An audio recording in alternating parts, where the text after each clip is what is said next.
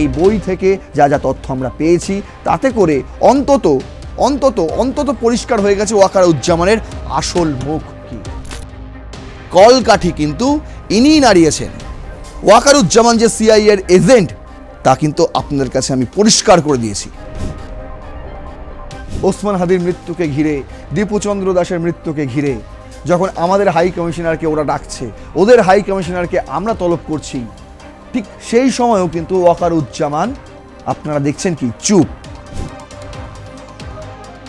তিনি প্রথম আলো ডেইলি স্টার অফিসে চলে যেতে পারছেন, বুঝতে পারছেন, মানে ওখানে আগুন জ্বলছে, ওখানে তিনি চলে যেতে পারছেন, অথচ দীপুচন্দ্র দাসের মৃত্যু হয়ে যাচ্ছে, আয়েশা আক্তারের মৃত্যু হয়ে যাচ্ছে, সিয়াম মজুমদারের মৃত্যু হয়ে যাচ্ছে, বুঝতে পারছেন, অমৃত মণ্ডলের মৃত্যু হয়ে যাচ্ছে। সেনাবাহিনীর কি ভূমিকা? বিশ্বের কাছে নাক কাটা যাচ্ছে বাংলাদেশের, আর সেই নাক বাঁচাতে তারেক রহমান অনেক ভুড়ি অনেক ঝুড়ি কথা বলেছেন, অনেক ভালো ভালো মন্তব্য রেখেছেন, কিন্তু আমার সন্দেহ রয়েছে তারেক রহমানের কথা কতজন শুনবেন। তিনি সব জানেন, আমি কিন্তু বারবার বলছি তিনি সব জানেন, এবং আগামীতে কি হতে চলেছে, ফেব্রুয়ারিতে ভোট হবে কি না হবে না সেটাও কিন্তু তিনি জানেন, তিনি স্পষ্ট ভাষায় বলে দিতে পারেন।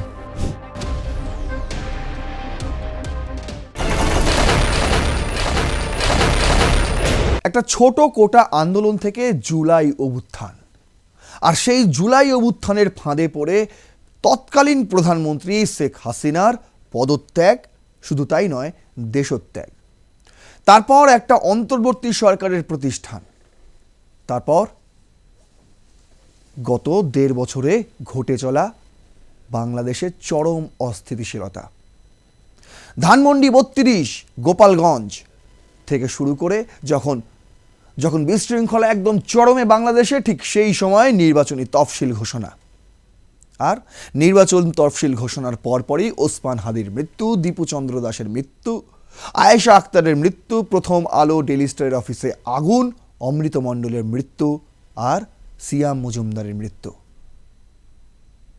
এই যে গোটা ঘটনাটা আমি আপনাদের বললাম, পুরো একদম 2024-এর জুলাই থেকে আজ 2025-এর ডিসেম্বর পর্যন্ত যা যা ঘটেছে বাংলাদেশে, যা এই প্রত্যেকটা ঘটনাই কিন্তু জানতেন একটা মাত্র মানুষ, একজন কমন ব্যক্তি, তিনি আর কেউ নন, বাংলাদেশের এই মুহূর্তের সেনাপ্রধান ওয়াকারুজ্জামান। তার কাছে সমস্ত ইনফরমেশন ছিল, আছে, এবং ভবিষ্যতে কি হতে চলেছে সেই ইনফরমেশনও রয়েছে। কেন বলছি? তার কারণ তিনি প্রথম গণভবনের দায়িত্ব নিয়েছিল যখন শেখ হাসিনা গণভবনের নিরাপত্তা নিশ্চিত করতে গিয়েছিল, বুঝতে পেরেছেন? তিনি আগ বাড়িয়ে এসে দায়িত্ব নিয়েছিল, বলেছিল না পুলিশকে বিশ্বাস করা যায় না, আমরা সেনাবাহিনী আপনাদের রক্ষা করব, সেনাবাহিনী আপনাদের নিরাপত্তা দেবে। ইনশাআল্লাহ বাংলাদেশ দ্য আনফিনিশড রেভলিউশন, এই বই থেকে যা যা তথ্য আমরা পেয়েছি তাতে করে অন্তত অন্তত অন্তত পরিষ্কার হয়ে গেছে ওয়াকারুজ্জামানের আসল মুখ কি। মুখোশের আড়লে তার আসল মুখটা অন্তত কিন্তু উঠে এসছে ওই বইতে। কিন্তু তারপরে এই নির্বাচন তফসিল ঘোষণা হওয়ার পরপর তার কি কর্মকাণ্ড, তার কি ভূমিকা, তিনি কোথায়? চাঁদপুর থেকে বরিশাল, এখন বিভিন্ন জায়গায় ঘুরে বেড়াচ্ছেন, বিভিন্ন ব্যাটালিয়নে তিনি ঘুরে বেড়াচ্ছেন। কেন ঘুরতে হচ্ছে? তিনি যখন নির্বাচন কমিশনারকে বলছেন যে আপনি নির্বাচন করুন, নিরাপত্তার দায়িত্ব সেনাবাহিনী, তারপরেও কেন এতগুলো খুনের ঘটনা ঘটে গেল, তারপরেও কেন এতগুলো আগুন জ্বালানোর মতন ঘটনা ঘটে গেল? তার ভূমিকা কি? কেন বলছি? তার কারণ বাংলাদেশে এই মুহূর্তে আইন শৃঙ্খলা যে একেবারেই ভেঙে পড়েছে, তার নবতম সংযোজন হচ্ছে ফরিদপুরের এই ঘটনা। আগে ভিডিওটা দেখুন, তারপর বলছি।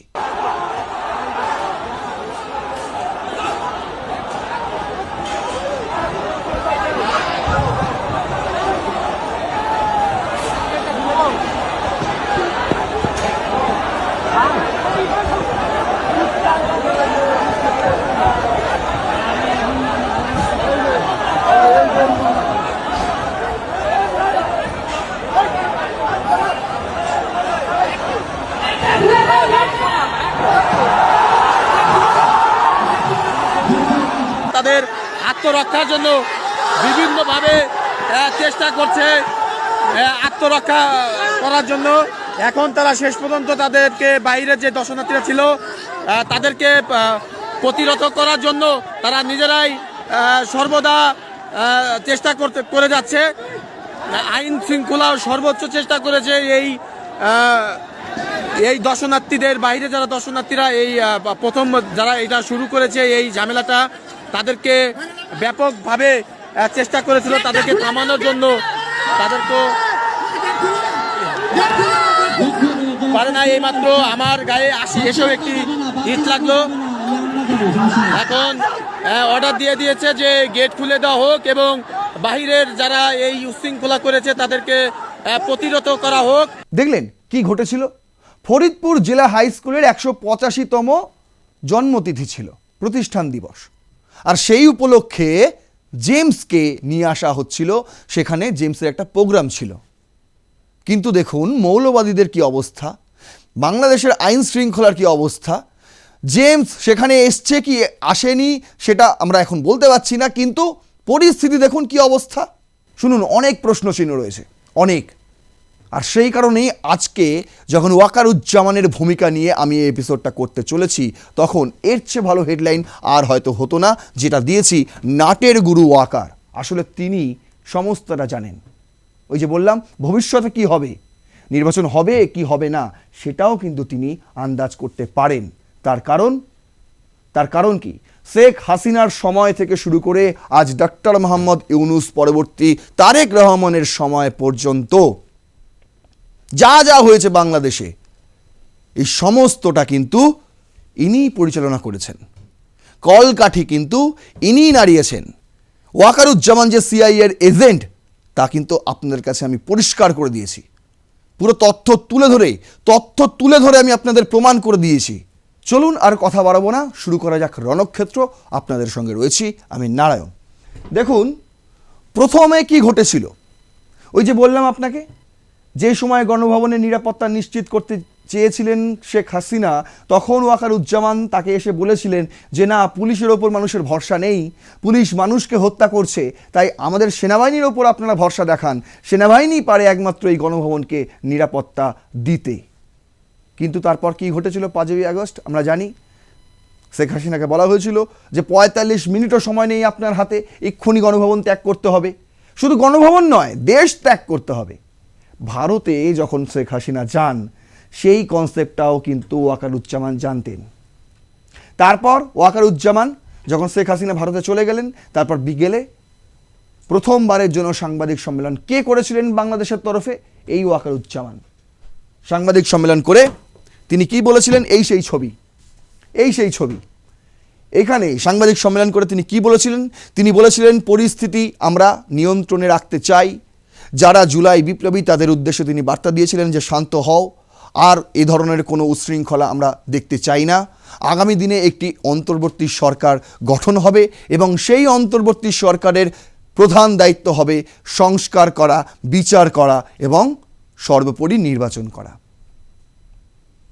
বুঝতে পারছেন? কিন্তু তার পরপর যা যা ঘটনা ঘটেছে, সংস্কার বিচারের নামে যে তাণ্ডব বাংলাদেশে চলেছে, তারপরও তিনি কোনো কথা পর্যন্ত বলেননি। তারপর দ্বিতীয়বার তিনি কখন মুখ খুলেছিলেন? এই 2025-এর ফেব্রুয়ারি মাসে। সেই সময় তিনি ডক্টর মোহাম্মদ ইউনূসকে হুঁশিয়ারি দিয়েছিলেন যে ডিসেম্বরের মধ্যেই নির্বাচন করাতে হবে। আর কি বলেছিলেন এবং কেন বলেছিলেন? কারণ সেই সময় ধানমন্ডি 32-এর সেই ঘটনাটাই ঘটেছিল। জাতির পিতা বঙ্গবন্ধু মুজিবুর রহমানের সমস্ত স্মৃতি, সমস্ত সৌধ, যা কাগজপত্র ছিল সব ধূলিসাৎ করে দেওয়া হয়েছিল। আর তারপরেই এই ঘটনা ঘটার পরেই শেখ হাসিনাকে তো ভারত আশ্রয় দিয়েইছে, সে তখন থেকেই তো একটা ভারত বিরোধী মনোভাব তৈরি হয়েইছে। শেখ হাসিনা যখন 2024-এ তখনও ক্ষমতায়, তখন থেকেই কিন্তু এই ভারত বিরোধী মনোভাব মাথাচাড়া দিয়েছে বাংলাদেশে। তখন থেকেই ভারতীয় পণ্য বয়কট করা শুরু হয়েছিল বাংলাদেশে। আর 2025-এর ফেব্রুয়ারিতে এসে তা একদম চূড়ান্ত সীমায় পৌঁছে যায়। আর সেই সময় ওয়াকারুজ্জামান কিন্তু সতর্ক করেছিল এই অন্তর্বর্তী সরকারকে যে এখনও সময় আছে, হাল ধরুন, না হলে ভারতের সঙ্গে সম্পর্ক বাংলাদেশের আরও খারাপ হতে চলেছে এবং তার জন্য আপনারা নিজেরাই দায়ী থাকবেন। আপনি ভাবছেন ভালো কথা বলেছে, কিন্তু না, তিনি আগে থেকেই এটা জানতেন। সেই কারণে ভালো সাজার জন্য জাতির কাছে তিনি প্রকাশ্যে এরকম ধরনের একটা কথা বলেছিলেন। কি বলেছিলেন দেখুন, এটা ফার্স্ট পোস্ট করেছে মার্চের 7 তারিখ 2025। বলছে, Bangladeshi army chiefs belated reminder to Yunus may bring thaw in Delhi Dhaka ties. বুঝতে পারছেন? কবে করেছিল? মার্চের 7 তারিখ এই খবর করেছে 2025-এ। কি বলছে সেখানে? বলছে, following his strategic silence since the historic events of August 5, general Zaman condemned the violence on February 5। বুঝতে পারছেন? 2024-এর আগস্টের 5 তারিখের পর তিনি প্রায় চুপই ছিলেন। আবার কখন মুখ খুললেন? যখন ফেব্রুয়ারি 2025-এর ফেব্রুয়ারি 5-এ ধানমন্ডি 32-এ ওই ধ্বংসলীলা চলল। তারপর কখন? যখন হাসিনা তার ভার্চুয়ালি ভাষণ দিয়েছেন এই ঘটনাটাকে নিয়ে, তারপর তিনি মুখ খুলেছিলেন, খুলে বলছিলেন যে ইন্ডিয়া ইজ অ্যান ইম্পর্টেন্ট নেবার, we depend on it for many matters. কি বলেছিলেন তিনি? বলেছিলেন যে ভারত আমাদের একজন বন্ধুত্বপূর্ণ প্রতিবেশী দেশ এবং খুব গুরুত্বপূর্ণ প্রতিবেশী দেশ, আর we depend on it for many matters, বিভিন্ন বিষয়ে বিভিন্ন খাতে আমরা কিন্তু ভারতের ওপর নির্ভরশীল। কি বলেছিলেন? India avails facility from us, ইন্ডিয়াও বিশেষ কিছু সুযোগ সুবিধা বাংলাদেশের থেকে পায়।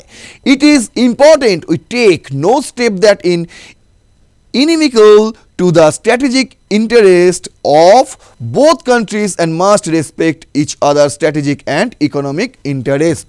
বলছে দুজনের ক্ষেত্রেই, দুটো দেশের ক্ষেত্রেই যাতে কোনো রকম অর্থনৈতিক, যাতে কোনো সামাজিক, কোনো বৈশিষ্ট্যগতভাবে যাতে কোনো রকম সমস্যা না হয়, এটা কিন্তু ভারতকেও নিশ্চিত করতে হবে, তার পাশাপাশি বাংলাদেশেরও এটা নিশ্চিত করতে হবে।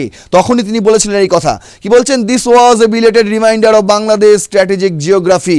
তখনই তিনি এই সতর্কবাণী দিয়ে রেখেছিলেন ডক্টর মোহাম্মদ ইউনূসকে। এটা, এই ছবিটা হচ্ছে 5ই আগস্ট 2025, এই 2024, আর এই বক্তব্যটা আমি শোনালাম 5ই ফেব্রুয়ারি 2025-এর। বুঝতে পারছেন? বুঝতে পারছেন? এর মাঝে যা যা ঘটেছে বাংলাদেশে সেসব নিয়ে তিনি মাথা ঘামায়নি। আর এই সময় তিনি বলেছিলেন যে ডিসেম্বরের মধ্যেই, এই বছরের মধ্যেই যদি নির্বাচন বাংলাদেশে না করানো যায় তাহলে বাংলাদেশের অবস্থা আরও খারাপ হবে। তার সেই ভবিষ্যৎবাণী অনুযায়ী আজকের বাংলাদেশ আপনারা দেখতে পাচ্ছেন। বুঝতে পারছেন?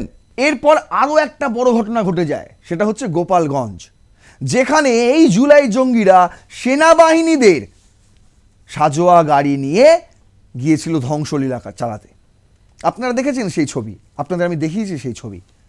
বুঝতে পারছেন? ওই সাজোয়া গাড়ির মধ্যে ঢুকে যাচ্ছে হাসনাত, লুকিয়ে পড়ছে, আমাকে বাঁচাও, এক্ষুনি মারতে গেছিল তারা। আওয়ামী লীগের যারা কর্মী সমর্থক রয়েছে তাদেরকে একদম ধূলিসাৎ করতে গিয়েছিল, কিন্তু গিয়ে তাদের অবস্থাই এমন যে সেনাবাহিনীর গাড়িতে তারা গা লাগাচ্ছেন। সেই ছবি আপনাদের আমি দেখিয়েছি। বুঝতে পারছেন? সেই সব কর্মকাণ্ড ঘটেছে। সেই সময়ও কিন্তু ওয়াকারুজ্জামানের সেরকম কোনো বক্তৃতা আমরা পাইনি, কোনো বক্তব্য আমরা পাইনি।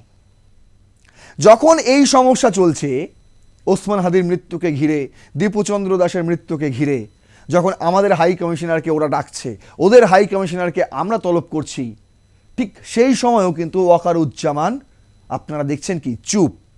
আসলে কি তাই? তিনি কিন্তু ভারতের সঙ্গে সম্পর্ক রেখে চলছেন। দেখুন, মানি কন্ট্রোল করেছে এই খবরটা অনেক দিন আগেই। কবে?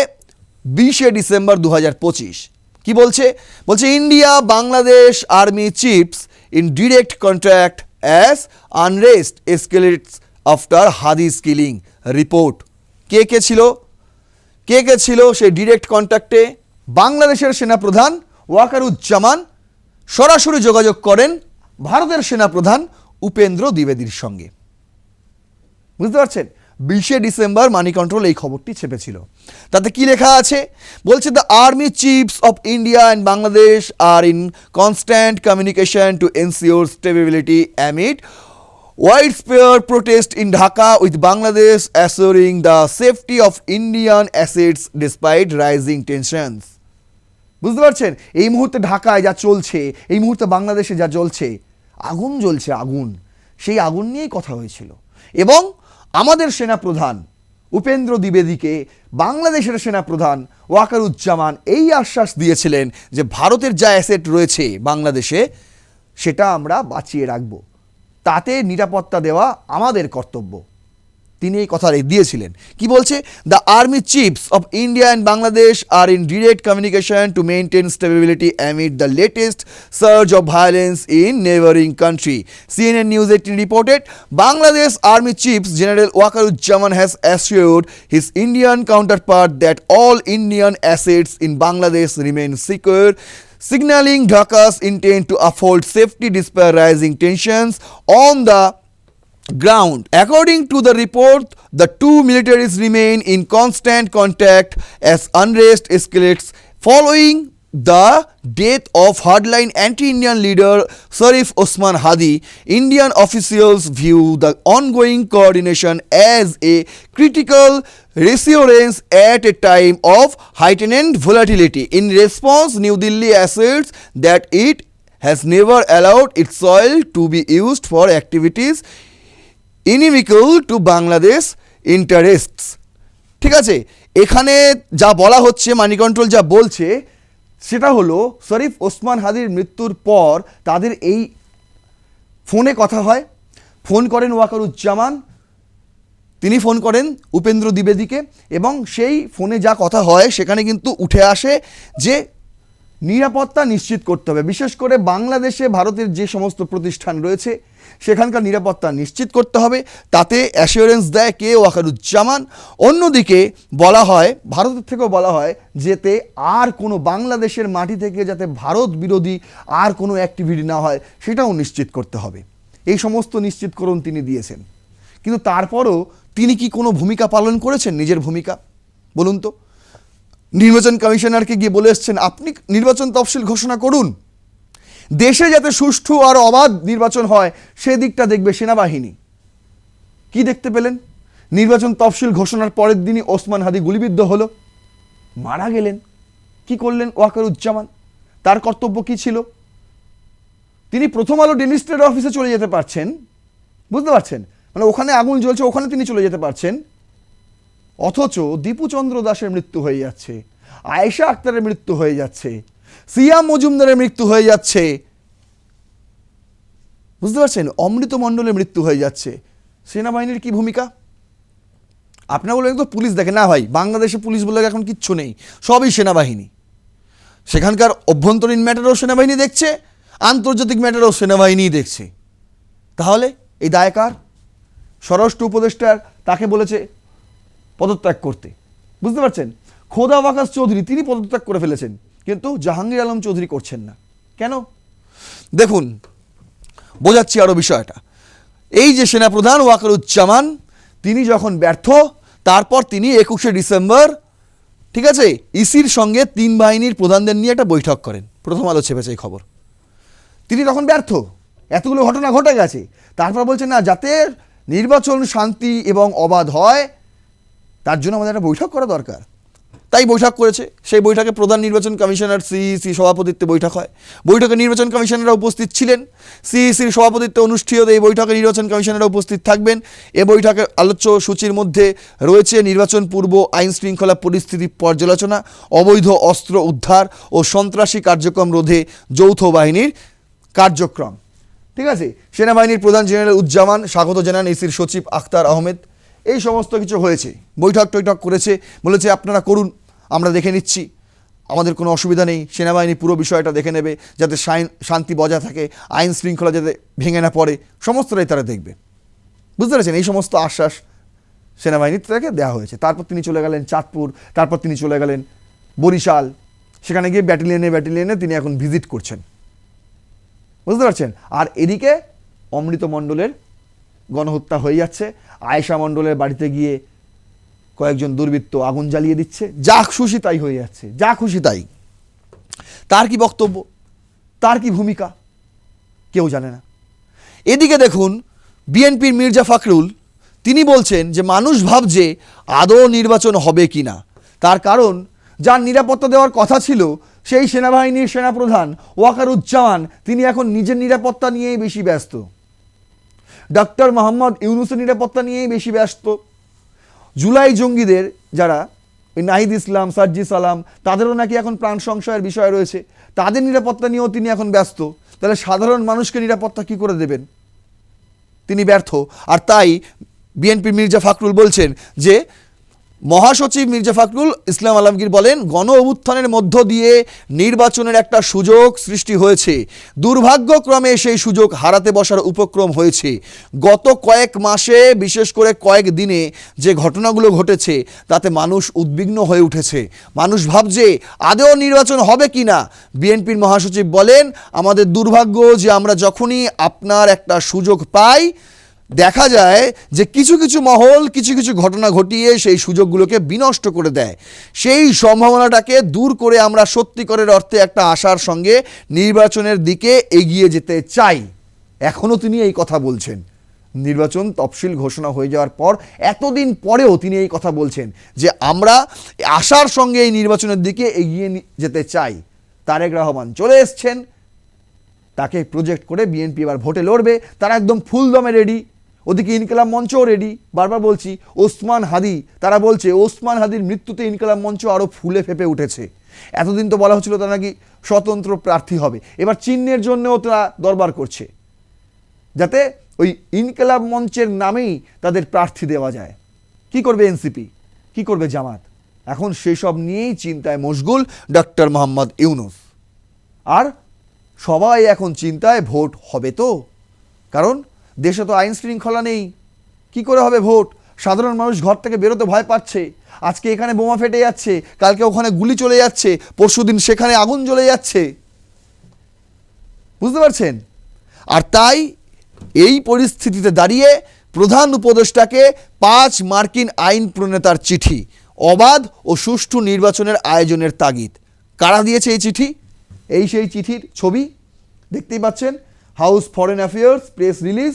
কোথা থেকে? মিক্স হুইজেঙ্গা কামাল গেড্ডফ lead letter to Bangladeshi interim government on the importance of inclusive free and fair elections. কবে দিয়েছে? 23শে ডিসেম্বর। তারেক রহমান দেশে ফেরার অনেক আগেই। কি বলছে এখানে? বলছে অন্তর্বর্তী সরকারের প্রধান উপদেষ্টা অধ্যাপক মোহাম্মদ ইউনূসকে চিঠি লিখেছেন যুক্তরাষ্ট্রের 5 জন আইন প্রণেতা। এতে তারা বলেন, আগামী ফেব্রুয়ারি মাসে অবাধ ও সুষ্ঠু পরিবেশে জাতীয় নির্বাচন আয়োজন নিশ্চিত করার লক্ষ্যে সব রাজনৈতিক দলের সঙ্গে অন্তর্বর্তী সরকারের কাজ করাটা অত্যন্ত গুরুত্বপূর্ণ। অনেকে ইতিমধ্যে স্বপ্ন দেখতে শুরু করেছেন তারেক রহমান দেশে ফিরেছেন, হয়তো আর আওয়ামী লীগের কার্যক্রম নিষিদ্ধ থাকবে না। কারণ ডক্টর মোহাম্মদ ইউনূস তো ভয় পান, আতঙ্কে থাকেন। তিনি তো আর মানুষ নন। বুঝতে পারছেন? তিনি হচ্ছে চোরা পথে কিভাবে জেতা যায় সেই পরিকল্পনা করেছিলেন।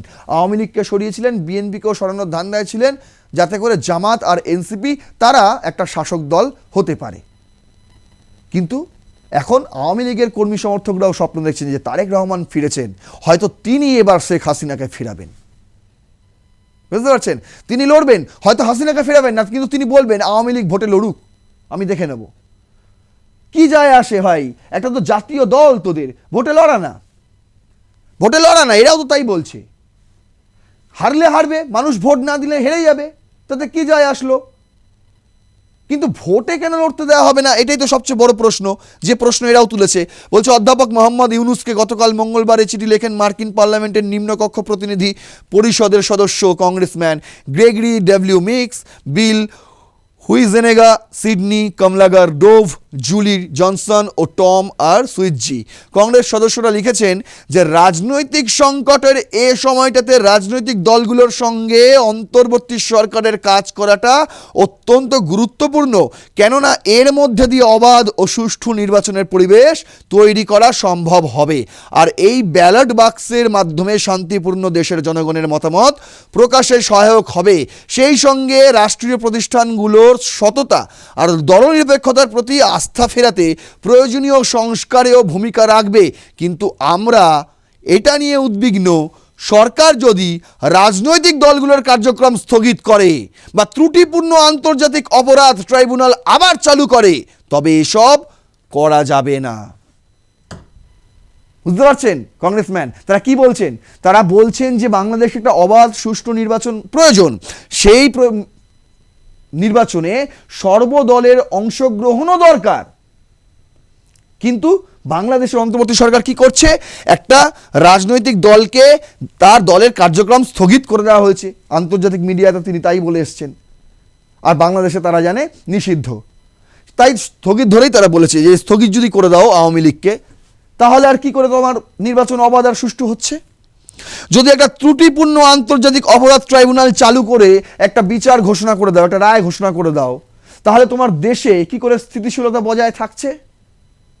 বুঝতে পারছেন? এই সমস্ত প্রশ্ন তুলে দিয়েছে কারা? 5 মার্কিন আইন প্রণেতা। এই চিঠি কি ভাবছেন ওয়াকারুজ্জামানের হাতে পৌঁছয়নি? তিনি কি জানেন না এই চিঠি সম্পর্কে? এই যে আইন শৃঙ্খলা নিয়ে আপনাদের কিছুদিন আগে আমি ডয়েচে ভেলের যে সংবাদ, যে আর্টিকেল আপনাদের পড়িয়েছি, দেখিয়েছি যে জার্মান, ইউরোপের বিভিন্ন দেশ এবং মার্কিন যুক্তরাষ্ট্র সব জায়গায়, ইউকে সব জায়গায় এখন আলোচনার মূল বস্তুতে উঠে এসছে বাংলাদেশের এই পরিস্থিতি। বুঝতে পারছেন? সবাই ছি করছে, বিশ্বের কাছে নাক কাটা যাচ্ছে বাংলাদেশের, আর সেই নাক বাঁচাতে তারেক রহমান অনেক অনেক ঝুড়ি কথা বলেছেন, অনেক ভালো ভালো মন্তব্য রেখেছেন, কিন্তু আমার সন্দেহ রয়েছে তারেক রহমানের কথা কতজন শুনবেন। ওয়াকারুজ্জামানও তো খুব ভালো ভালো কথা বলেছিলেন 5ই আগস্ট 2024-এ, অনেক বড় লম্বা চওড়া ভাষণ দিয়েছিলেন তিনি সেই সময় সাংবাদিক সম্মেলনে। যে নতুন বাংলাদেশের স্বপ্ন তিনিই দেখিয়ে দিয়েছিলেন। তিনি আজ কোথায় খুঁজে পাচ্ছেন ওয়াকারুজ্জামানকে? তিনি আর সাংবাদিক সম্মেলন করেন? কিছু বলেন? এই অন্তর্বর্তী সরকারের আমলে যা যা চলছে দেশের আইন শৃঙ্খলা নিয়ে কিছু বলেন? বুঝতে পারছেন? সীমান্ত দিয়ে নাকি পালিয়ে যাচ্ছে হাদির খুনিরা, তাহলে সেনাবাহিনী কি করছে? কিছু বলছে? বুঝতে পারছেন? মেন হচ্ছে এই ওয়াকারুজ্জামান, তিনি সব জানেন। আমি কিন্তু বারবার বলছি, তিনি সব জানেন, এবং আগামীতে কি হতে চলেছে, ফেব্রুয়ারিতে ভোট হবে কি না হবে না সেটাও কিন্তু তিনি জানেন, তিনি স্পষ্ট ভাষায় বলে দিতে পারেন। কিন্তু তিনি কিছু বলছেন না, চুপ করে আছেন, আর এখানেই বাড়ছে রহস্য। আগামীতে আমি এই রহস্য অবশ্যই উন্মোচন করব, কথা দিলাম আপনাদের। আজকের এই এপিসোডটি আপনাদের ভালো লাগলে অবশ্যই নিজেদের মতামত জানান, শেয়ার করুন, লাইক করুন এবং দেখতে থাকুন রণক্ষেত্র। জয় হিন্দ, বন্দে মাতরম।